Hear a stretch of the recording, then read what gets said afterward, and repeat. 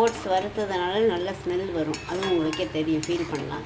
இப்போ வந்து இந்த இந்த கன்சிஸ்டன்சிக்கு எவ்வளோ தண்ணி விட்டேன்னு தெரியறதா. இப்போ வந்து கொஞ்சம் அது நல்லா வெந்தம்போது இந்த மாதிரி ஆகிடுது. அப்போ இதில் பால் விடணும், சர்க்கரை போடும், சர்க்கரையோ வெல்லமோ, நான் வெல்லம் போடுறேன். சர்க்கரையோ வெல்லமோ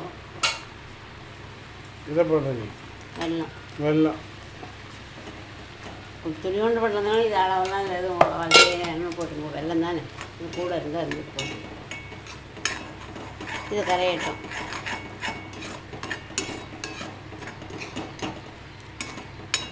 பால் விட்டப்புறம் வெல்லம் போட்டாலும் சில சமயம் தெரியும். வெல்லத்தில் கொஞ்சம் உப்பு சத்து இருக்கு இல்லையா, அதனால அதுக்காக வெல்லத்தை போட்டு நல்லா கரைய விட்டுருக்கோம்.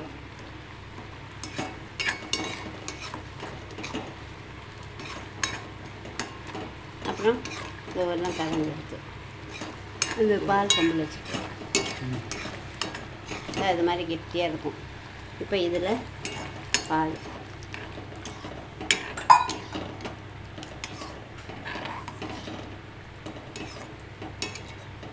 பால் கொஞ்சம் கொதிக்கணும்.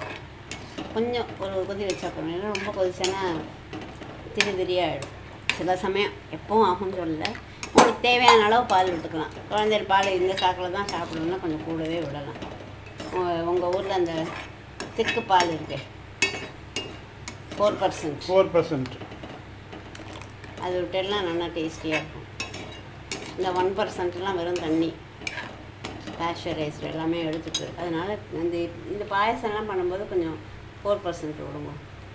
அப்புறம் ஏலக்காய் நம்ம வறுத்து வச்ச முந்திரி, திராட்சை, எது வேணால் போடலாம். உங்கள் ஊரில் அக்ரூட்லாம் கிடைக்கும், அதெல்லாம் போடலாம்.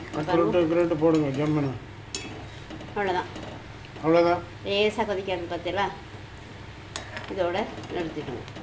அவ்வளோதான், ரெடி. பாயசம் ரெடி, ஓட்ஸ் பாயசம் ரெடி. பண்ணி பாருங்கள் இன்னைக்கு குருக்கு. All the best.